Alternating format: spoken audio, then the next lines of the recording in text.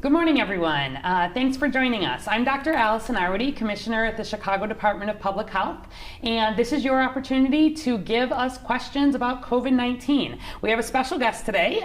This is Tina Anderson. She is the relatively new Chief Operating Officer for all things COVID at the Chicago Department of Public Health. She's got a background in basically fixing problems in government, in other sectors, really has been amazing in terms of coming in and help us think a bit about some of our structures and has tackled some of the biggest challenges that we've had internally. So I thought it'd be a good opportunity to have her on, and she can answer some of your questions about some of the thornier issues that have come up, but at which we're really excited about some of the ways that we're solving them here in Chicago. So just before we start, I always like to just remind people, in case you're still confused about the days like I am sometimes, today is Tuesday, June 30, and we'll check our social distancing, our physical distancing. Just a reminder, this is how you can make sure you're keeping your 6-foot distance. And while we're now in phase 4, we want everyone keeping that 6-foot distance as much as possible. Definitely wearing that face covering, especially if you're in any setting where you can't definitely keep that 6-foot distance. Doing the hand washing, protecting people who are vulnerable. Those decisions you make every day are the most important decisions that are going to keep us on the right track here. So, Tina, welcome. Thank you. Tell us just a little bit about yourself and then about some of the major things that you've been working on with CDPH. Absolutely. So as Dr. Arwady said, I have a background in operations management and process management. And I've joined the team. I've been supporting CDPH since April, March time frame. As you know, the COVID response is a major operational response from the city side. Yep. And so while the scientists are setting the strategy and telling us what we need to do, I'm helping all the teams get it done. Yep. Perfect. And tell us about some of the main areas that you've been working in. Absolutely. So I've been really involved recently in the contact tracing strategy and build out, in addition to some of our testing operations. So both of these are really critical tools for us as we continue to combat COVID and as we take advantage of this decline in cases, making sure that we're ready to move forward into the rest of the year. So there's a lot of exciting things happening in both of those areas. And we're excited to move forward on those strategies. All right, perfect. And I know you all have lots of questions about contact tracing, about testing. So go ahead and start asking some of those questions, especially if you're interested in sort of the strategies that the city of Chicago is using and how we're thinking about some of these issues. And, you know, we really continue to adjust those strategies really week after week, month after month, depending on what's happening with the outbreak. So go ahead and start putting your questions in. But in the meantime, let's go ahead and do a data update. We've been getting a lot of questions. At this point, we're doing these longer live Facebook on Tuesdays and Thursdays, but every day we're answering questions, we're posting shorter answers, and you can put in your questions at any point. So over the last few days, we've gotten a number of questions about data, and I love questions about data. So Amitabha Sen from Twitter asked, can you ensure a daily update of COVID numbers for Chicago is there, not just the 7-day average? And this person is saying, in the IDPH report, you can hover over the bar chart to read the daily numbers. Why can't the Chicago report do the same? So the good news, Amitabha, is that the relatively new daily dashboard that we released about 2 weeks ago now does let you do exactly that. So, and to the question about the 7-day average, I wanted to talk a little bit too about how we use that. So why don't we take a look directly at the dashboard? I'll remind you that you can get here by going to chicago.gov/coronavirus. Right up at the top is that latest data, and the first link there will bring you here. You can also get here directly by going to chi.gov/COVID-. And when we get here, this dashboard really allows you to see exactly the same data that CDPH is using every day. So our overall here in Chicago, we've had 52,153 confirmed cases. You can see that number right here. We have the number of people tested. This is actually different than the total number of tests that are done. We only count an individual in here once, and that's important for things like percent positivity. We actually want to use the people tested. Separate from this, we keep track of how many tests are done. We have the total number of deaths, which for Chicago is up to 2,590. 92. And then we have this current daily averages for citywide. So this number here on the left of confirmed cases, you see it says 161, and it says the prior day was 165, and that's down 2%. Now, if you look at this little asterisk, and because we're diving in a little more for Facebook Live, it says here, to account for reporting lag, all 7-day rolling averages are as of June 24th. And I want you to understand that is actually, that 161, that is the most up-to-date information. That is the information that we use. Because if we look over here on the right, these are the actual case counts. And if you see, we can hover and see exactly how many cases are coming in on a given day. But the way that this dashboard works, and in fact the way all of our data works, is every single day we do an entire refresh of the whole data set. So not just what came in that day, because as we've talked about from the beginning, it can take a number of days for test results to come in. Sometimes it's still taking some extra time for an individual's test result to come back. Usually it's happening within about 48 hours, but sometimes it is still taking longer. And then sometimes there's issues behind the scenes. The lab has to send those test results to the state health department. Those have to be sent out from the state here. And we're working to make that happen as fast as we can. But we know that it can really take up to about 5 days to know that all the data is complete. And so if you want to hover over here on the right, you'll see that, like, for example, let me just hover over one. On June 26 here, there were 142 tests, but because that's still in the last 5 days, we're waiting for the full results to come in. You can see it looks like it's down to almost nothing because there have been very few results that have come in that last day. And so what we are actually interested in is the 7-day rolling average, and we're not interested in the last 5 days. You can always see what the latest is by hovering and seeing what those numbers have been, but this 7-day average is what we use. It will be green as long as it's coming down. You can see people tested here is actually down just a little bit. It's 3,620, down 1% from the prior day. But that doesn't necessarily mean the number of tests are down. In fact, our number of tests have been quite good recently. Deaths, this again is a 7-day average. That's what we like to use. You'll see these numbers change a lot, day by day, but we're down to 11 deaths per day on average. And we're at a positivity rate of 4.4%, which is really good. So you can hover and see things like case rates, tests, deaths, etc. But I also just wanted to highlight where we think about progress. This is the daily view. So this is the data that changes every single day. And if you really want to see day by day what's happening, it's where you can go. But up here at the top, when you click on View by Chicago zip code, you see this brings us to the weekly summary by zip code. We update this every Thursday night. So you can take a look Thursday night or on Friday. And again, it accounts for the fact that there can be some lag in data.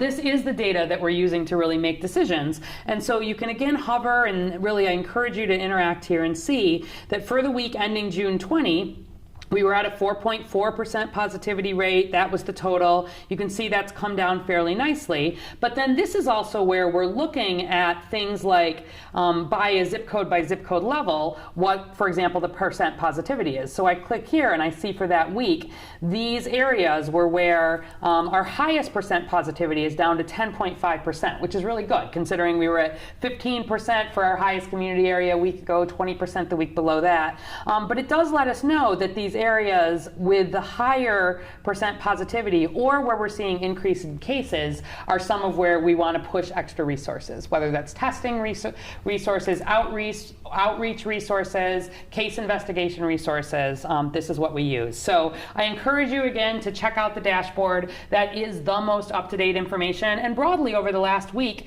things have continued to look good.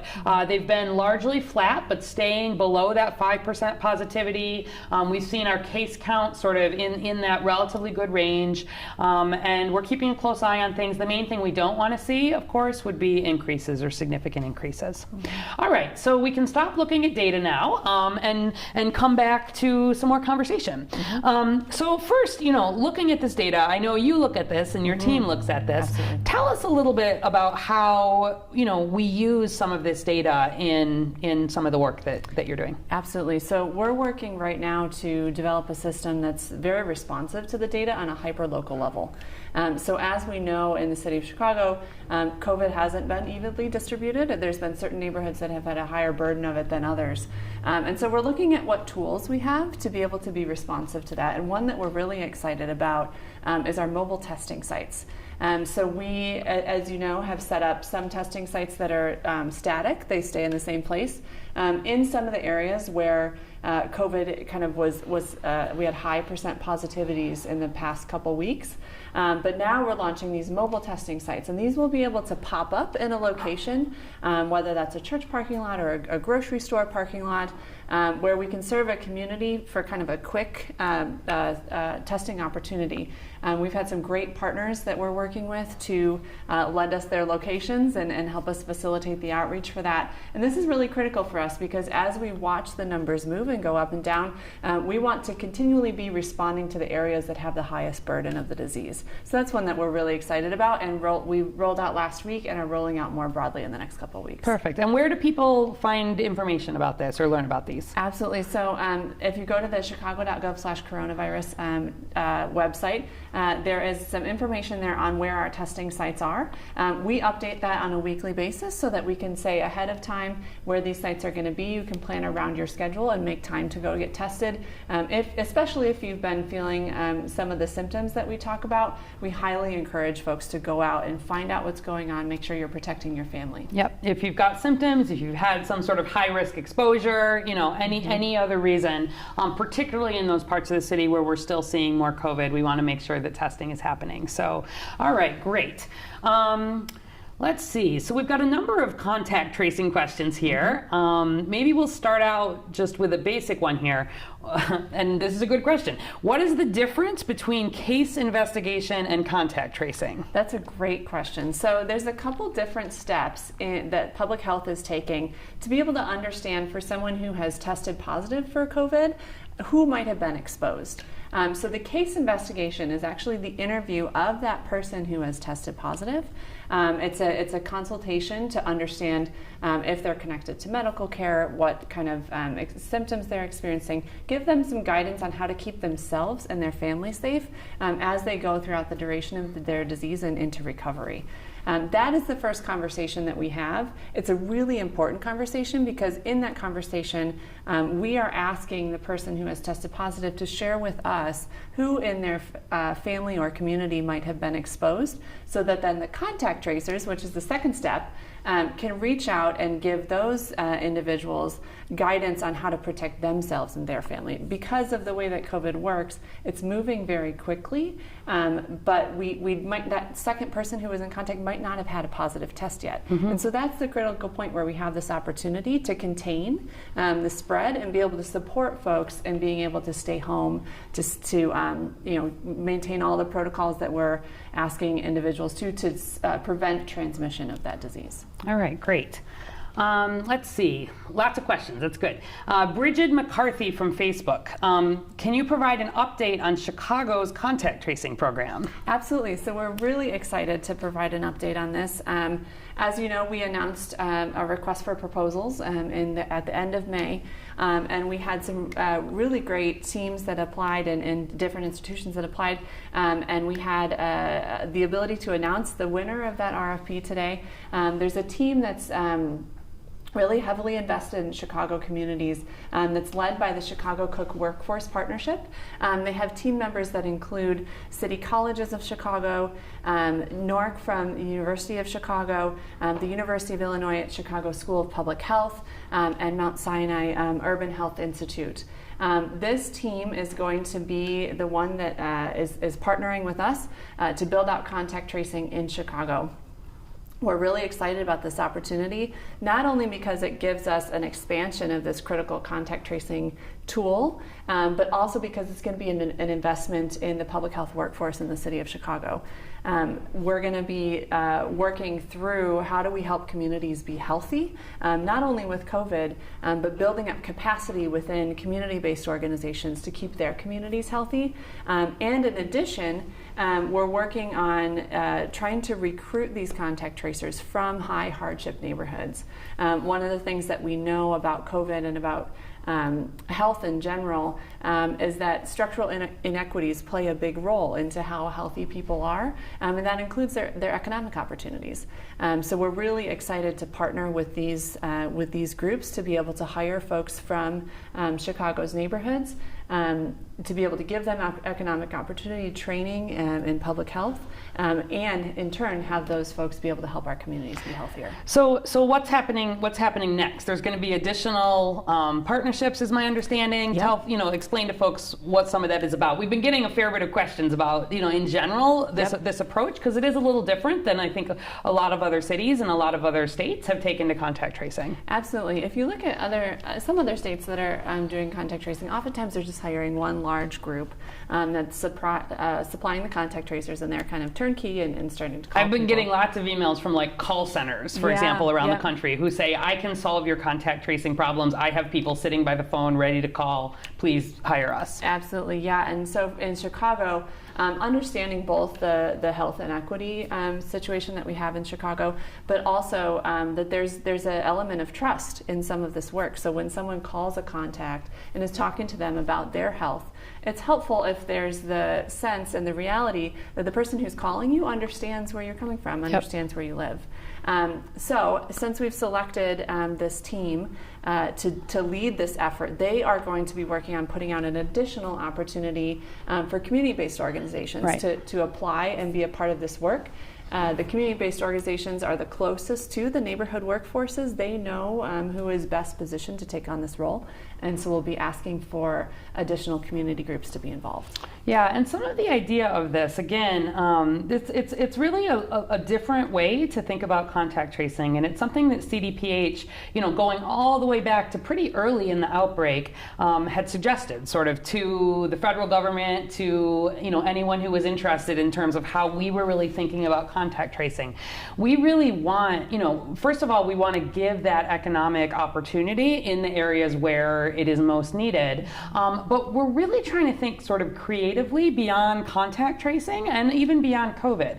So the idea is that, first of all, having these partnerships with community-based organizations, in communities, lets us, depending what's happening with our outbreak, there may be a lot of contacts that need tracing. There may be less if things are in good control. It allows us to think about what are sort of other needs there. What are the resource needs? How do we make sure that we're building up what folks may need and being coordinated about that? We're thinking about things like outreach and education, or getting the word out about pop-up testing, thinking about how to sort of share data hyper-locally. And then the hope is that by having some of this sort of earn as you learn, folks who may be coming into a public health type job for the first time, right? We did not say you had to have done a course in contact tracing or you had to have any particular educational background.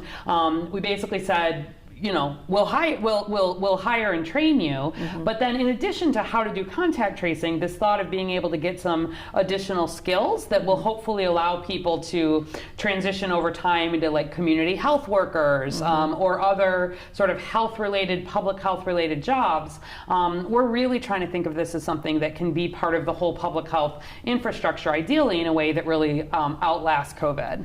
Absolutely, and that's something that's made me really excited to be involved in this project, is that figuring out how there are so many individuals in communities across Chicago that have built trust with their neighbors, that have worked hard to develop their communities, and we want this to be an opportunity for them to advance their skills, to move into careers where they're working for the long-term health of their community. As we know, the gap in life expectancy in Chicago was pre-existing COVID, and it has played into some of the way that this epidemic has hit our neighborhoods. So who better to help us address not only the COVID response, but also the long-term health of communities than folks who have already been doing it? Yep, absolutely. Great. So we're getting some more questions. Marcia Burgess from Facebook says, I took a contact tracing course. Where can I apply for a contact tracing job? I have thoughts on that. I don't know if you have anything to say first. Yeah, no, so that's a great question. And thank you, Martha, for investing in that education. There will be some announcements in the future once the community-based organizations are selected. We, in cooperation with the Chicago Cook Workforce Partnership and their team, will be announcing how to sign up and how to apply for those roles. The best way to really kind of prepare for that application is to stay connected to our information on the chicago.gov/coronavirus website. If you go to chicago.gov/contact tracing, that's where we've been posting updates about this program as it rolls out. And then the other thing that I would add, because we get this question, a fair bit, there's been a lot of interest, is that the state, the Illinois Department of Public Health, has created a link where if you want to put your information in about that, we can post that in the comment section, so you see where that is. That is not a job application, I want to be clear, but it is an opportunity to sort of get on a list of people who are potentially interested in contact tracing jobs. There may be other places around the country, around the state, that are doing it all virtually, and so particularly people, if it's all going to be by telephone, there may be some opportunity there. We'll also make those lists, share those to be able to put out information. So it's not a job application, but I know people are sort of anxious to express their interest. So we'll post that if you want to put your information out. But for folks who live here in Chicago, there will be additional information coming. Okay, so we've got a question. I thought Chicago was already contact tracing. What does this mean? That's a good question. So the answer is Chicago is already contact tracing. We have spent a lot of time over the past couple months building up a team inside of CDPH. So with case investigators, which is that first step, and contact tracers. And so there is a team of folks that are making phone calls today to outreach. In addition, we've joined up with some of our federally qualified health center partners. Specifically, there's a few that, contact tracing is not a new thing. It's been around for a while. Bread and butter of public health. If you've been following along, we've had some of our communicable disease doctors and others on really explaining this is something we do day in and day out at the Chicago Department of Public Health. So we're really fortunate to have people who have built careers in this and who are really experts, who are in the process of building up teams at CDPH and in our federally qualified health center partners. They do this too. And so we have about 250 people who are making calls right now. Obviously, the launch of the contract with the partnership is an expansion of that. Exactly, and a move sort of more to the community-based piece, which we're excited about. I'm not sure everybody knows what a federally qualified health center is. That's a really great question. So Chicago is lucky and blessed to have a strong network of federally qualified health centers within our city borders, and this is a place where healthcare is open to everybody. Yeah. So it's federally funded. There's very low barriers to entry. So if you have a health issue, whether it's COVID or something else, you can visit your neighborhood FQHC. Yeah, exactly. And there's Chicago is, as you said, really lucky to have a lot of these. They are primary care sites. So just like you would go to, your primary care doctor, your regular doctor for medicine or pediatrics, family practice, these are really amazing primary care providers, but they get some additional funding to really make sure that they can provide the best possible care, especially in areas that have increased need. And so by definition, they have to take anybody, regardless of sort of income, insurance, immigration status. None of that applies to care at these places. Their boards are made up of more than 50% members of the community. They're required to have things like, appropriate sort of cultural and linguistic sort of competency, and they really come from the communities. So we have 22 networks of them here in Chicago, and close to 200 actually individual sites. And so they've been really natural partners. They're always natural partners of us at CDPH, but especially with COVID-19, there's been some additional funding that's been made available. Many of them, have stood up testing. There are major partners in terms of really building up testing, especially in areas of need. They do amazing clinical care. Really, I think some of the best outpatient work and most dedicated to really making sure that good care gets to where it's needed are in these partners. So, and I think maybe we'll talk just a little bit. Nobody asked this question, but it's probably because you don't know, because it's interesting, about some of the work that we're thinking with FQHCs also doing some of the case investigation work. You want to talk about that a little bit? Absolutely, sure. So the FQHCs, as Dr. already said, are a natural partner for public health in lots of different things. But specifically with COVID, contact tracing, and case investigation, a lot of that is because they're also doing testing.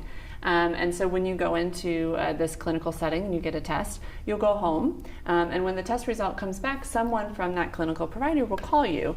That is a very natural point to have that conversation. You're just receiving this information about your health, and you have someone on the other end of the phone who you may have just seen at your visit, or who's connected to this neighborhood-based institution that you know and have experience with. So the case investigation can happen right there. And in a lot of ways, that will be an opportunity for the patient who's just received information about their health to share with their clinical provider the people that they've come into contact with, a lot of whom might be your family members, and your family members also may be connected to that clinical setting. So there's a really natural fit there, and we're working with some of our FQHC partners, or all of our FQHC partners, to figure out where they can increase this capacity and where CDPH can support them. Right.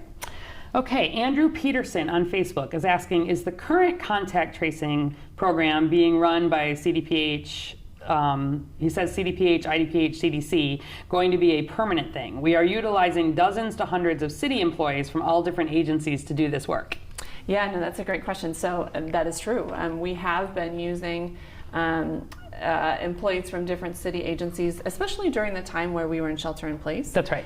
Where a lot of other city departments' functions were lowered, or there wasn't as much going on. As we've started to reopen and folks have gone back to their normal jobs, we've worked, one, to build up the workforce within FQHCs, but additionally to bring on some highly skilled staff, whether they're on loan from the CDC or whether they're temporary staff for us, while we're working to build up this community-based strategy. That's right, yeah. And this has really been a sort of a multifaceted approach. You know, we are, just so everybody's clear on this, you know, we start our case investigation contact tracing for all cases at this point, you know, within 24 hours of getting that assignment, meaning when the data comes through sort of from the state to us.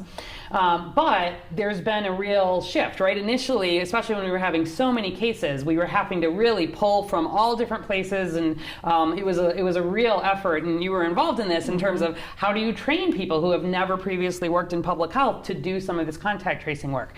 We've always kept a lot of the more sort of slightly more complicated case investigation work at the health department, and that is staying the same. So where we think about case investigation that needs to be done, you know, in a long-term care setting, or in a homeless shelter, or in a correctional facility, or in a workplace where there's been significant spread or there's risks, there needs to be a little bit more work to understand what are the risks, what needs to go in place. And so we have some specialists, right, who continue to do that, and we're building up that capacity at the health department. But in terms of the bread and butter, talking to people who are in community after that initial case investigation is done, this is absolutely something that, you know, people can be trained to do, and that's where the partnership with some of these, you know, through these new partners, you know, led by Chicago Cook Workforce Partnership, but then based in community, will allow us to expand that even further. So it's sort of the shift from the immediate, like, have to get this done as quickly as we can, pull from everywhere, to our longer term strategy that lets us think about getting the contact tracing done, but in the context of some larger goals. So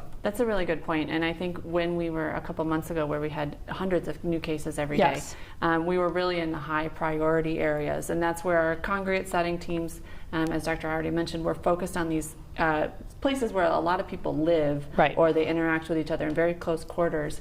Now that we have the blessing of being in a place where we have many fewer cases every day, we're looking at how do we settle in for this next phase of COVID, preparing for the fall, and setting something up that will really lead us through a time when we are able to have a vaccination campaign. Exactly. We've got a question. Does every person who tests positive get contacted? So yes, what happens is the test result gets reported to the state system, and then CDPH gets notification of that. Every single notification that CDPH receives through that system is called. one of the main things that we are really working hard on is to make sure that folks pick up and talk to us. I was hoping you were going to say that, because I was going to say that otherwise. Yeah. No, it's a very important thing, and we're working on some systems, and we'll have some information hopefully over the next couple of weeks about what phone number to expect to call. Right now, it's actually showing up as a no caller ID. So if you get a phone call from a no caller ID, please answer, because it may be us. We may have critical information about your health. Yeah, and we're working on developing some more sort of, text messaging strategies, other ways to reach out, information that maybe accompanies your test results so you know what's coming. This has been a problem not just in Chicago, but around the country, where everybody has built up contact tracing programs, but there have been real problems with, in some cases, actually reaching the person. If people don't pick up the phone, or if when they do pick up the phone, they are scared about how their data is going to be used, right? And we know that people have concerns, and people may be hesitant about talking about who's been, who they've been in touch with, what have their exposures been, particularly maybe if they work, or if there's immigration concerns, any of the above. And so we've been really working on some messaging around that, trying to help people understand, that the data, it is Chicago Department of Public Health. We do not pass this information on, to the federal government, for example. It does not sort of move beyond that. And that it's important for people to know that, let's say you had COVID and I was calling you. We would have a conversation about who your contacts had been, potentially. But then when we call your contacts, I don't say Tina Anderson had COVID and you were maybe exposed. We say you, based on some information, you may have been exposed to COVID. Here's what we need you to do. So we keep the identity of the person who has been diagnosed with COVID-19 private. And that's really important for people to know. So when you talk to the person, if you yourself are diagnosed with COVID, we are being really, there's laws about it, there's practices around it. We keep your information private while getting the information that we need to reach out to people who may have been at risk. So it's one of the reasons why we often think about different people doing the case investigation and the contact tracing. So the contact tracers do not even know the name, typically, of the person who was the case. They're calling people and saying, here's what we need you to do with this time frame. So there's a lot of behind the scenes work that, again, is based in our typical sort of privacy things around COVID-19. CDPH, has decades of experience in terms of doing this kind of work in a way that does protect privacy, that does not share sensitive information.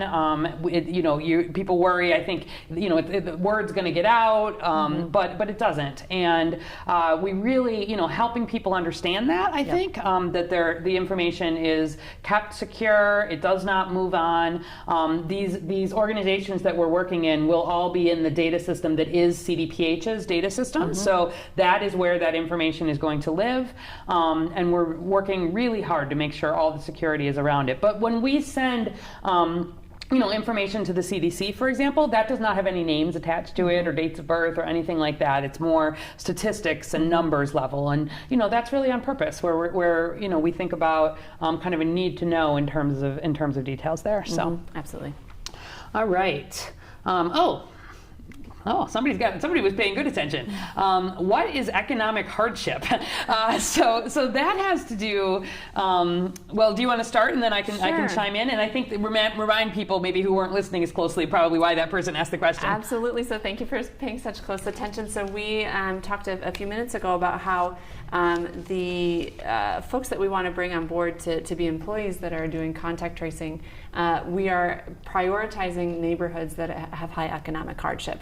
So this is a pretty standard index that's looked at in a bunch of different worlds, including public health, to understand what the situation may look like in a neighborhood. I think there's a bunch of different components that go into that. Yeah, I can talk about it. So this is one, during regular times before COVID, the Chicago Department of Public Health does look a lot at not just health outcomes, but the underlying root causes that really lead to different health outcomes. And so the economic hardship index it includes things like poverty, the percent of people living below the poverty line, line, but it also includes things like dependency, which is how many people are below 18 and over 64 and potentially more dependent in terms of additional needs there. It looks at unemployment for people who are over age 16, what percentage are unemployed. It looks at education levels, so what percentage of people do not have a high school diploma, income, and then crowded housing, actually. And so it's all of these that come together and then basically show which neighborhood areas have this. And it is a standard depiction that's used across the country. You can go to the Health Atlas, chicagohealthatlas.org. That's where CDPH's data lives normally, if you're interested in seeing more about that. All right. Okay. Let's see. I'm looking for some that have been here.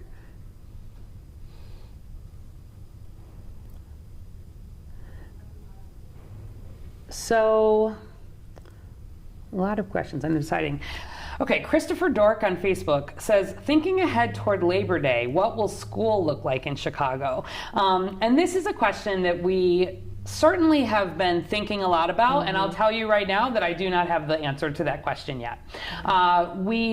Chicago Public Schools has been working really, really, really hard since early on in this outbreak, but even more over the summer, looking at different options, really looking at data, looking at some best practices.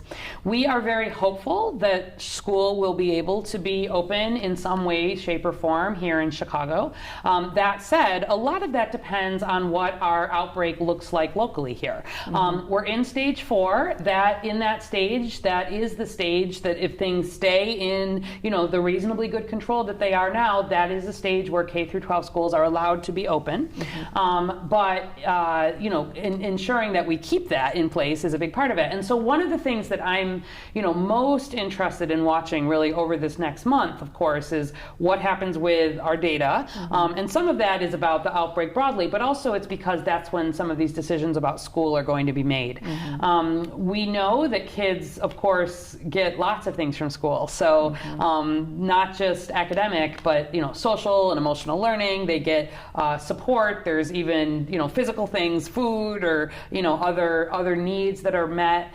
And I think that the risks of a long time without being in school has the potential to further exacerbate, underlying disparities, where you think about if you've got households where people are, able to work from home or are not having income challenges, there's probably more opportunity for parents to be helping kids with learning. If you think about homes where people are having to work those essential jobs, where there may not be, all of the internet access, although you've seen the city and CPS have been working hard to build that up, may not have as much access to some of the educational pieces. I think you do run some risk there, that some of those kids could fall even further behind potentially. So I am very hopeful that school will be open in some way, shape, or form here in Chicago. And some of the work that we're doing with some of the summer camps with park districts, et cetera, this summer is a little bit of practice for how do we do that as safely as we can. How do we think about that, distancing with children? How do we think about cohorting, meaning putting groups together? Masks are going to be a part of this for sure. So make sure your kids are getting used to wearing their face coverings. That's just going to be a part of making sure they're as safe as they can be. We know that kids are less likely to have the severe outcomes from COVID, but they absolutely are able to spread COVID to each other, to vulnerable people who may be at home. We think about the teachers and the staff and everyone in schools and needing to make sure they're as protected as they can be.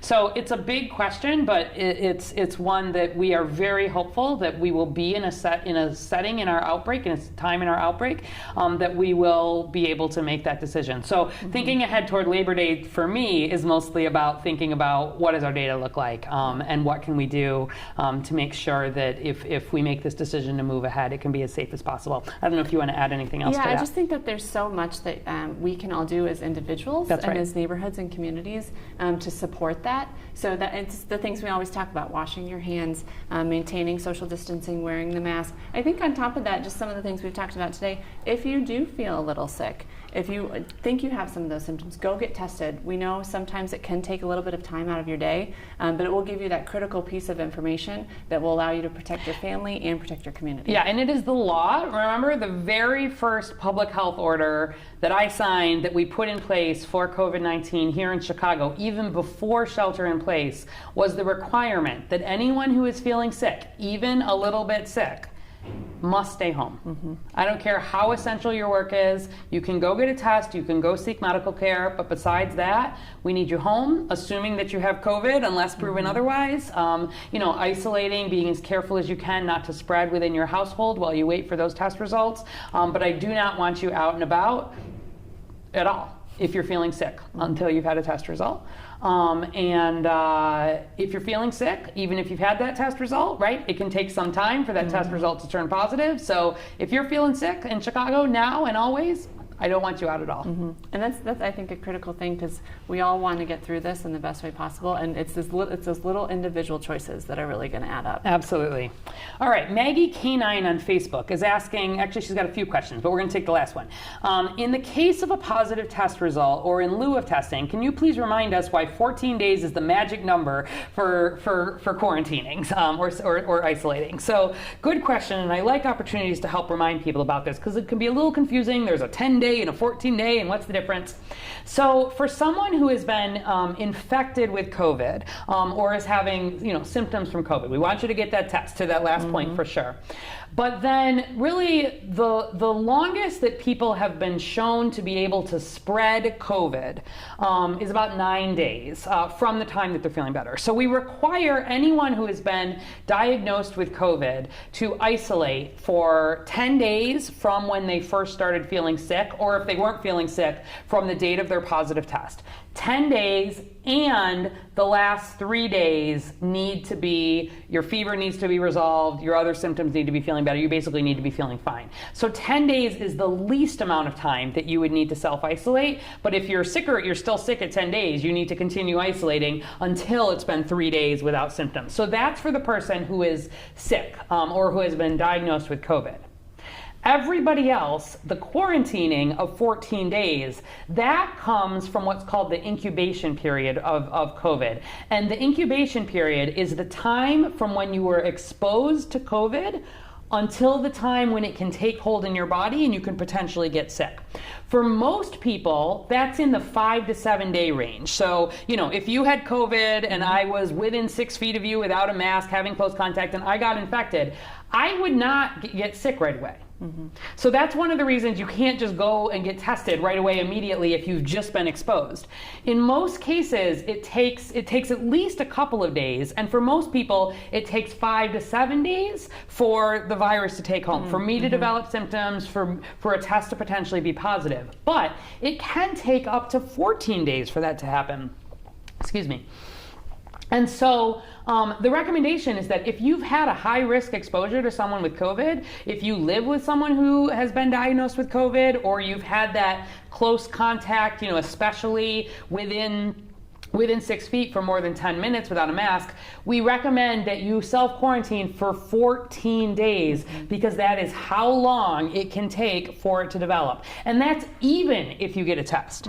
So if you get a test and it's negative, great, you probably don't have COVID. We still need you to wait that full 14 days because it can take that long. If you get to the end of that time, you haven't got symptoms, we're not concerned about you. But that's where it can be, sometimes people think, oh my goodness, I know someone who had COVID and I saw them yesterday, I should go get tested. We don't want you to get tested just yet. We want you to do that self-quarantining. Certainly you get any symptoms, or once it's been a week or so, if you want to get tested, you can at that point, but you keep that quarantine for the 14 days because that's the point at which we would consider you safe. So really good question. All right, we are at time, just about. We always end with just, first of all, some good news or some suggestions. Anything you want to sort of end off with? Yeah, I would just say, I think that so much of what our future looks like is really in our hands. Yep. And just reiterate that. We're being really clear to say what the steps are that you can do to keep your family and neighborhood safe. And so we're really all in this together, and we're doing a great job. We really are. And so I think there's potential for us to keep doing a great job. Absolutely, thanks.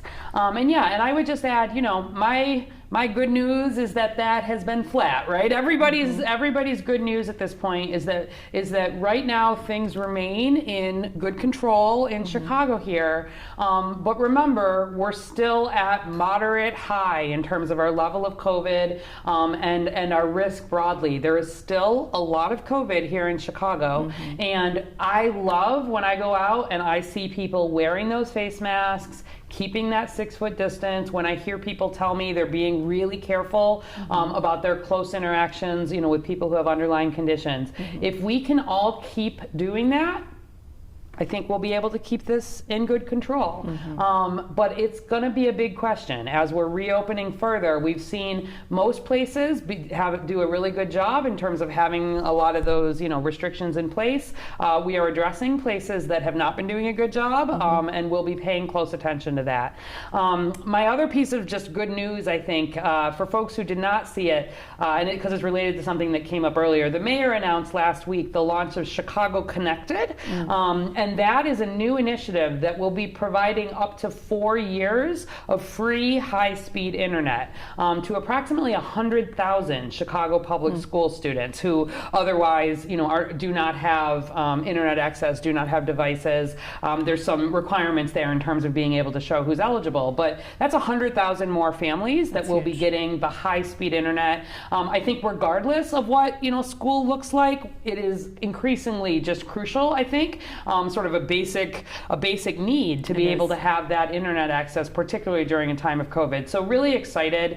You can read more about it online if you like, but I think that was a really good piece of news, and certainly a sign that people around Chicago continue to step up and think about because this is a mix of the city and philanthropy and others really stepping up. To make sure that we're thinking about everybody as we make progress. So I think with that, again, this is Tina Anderson, who is currently the Chief Operating Officer for COVID at the Chicago Department of Public Health, has been helping us solve all kinds of operational problems. Thanks for your questions today. Certainly I know we'll continue to get questions about some of these operational things, but know that we are watching things closely. We need you to keep doing your part. We will be back on Thursday for our regular Facebook Live update. And in the meantime, you can keep putting in questions. And with that, be safe, Chicago.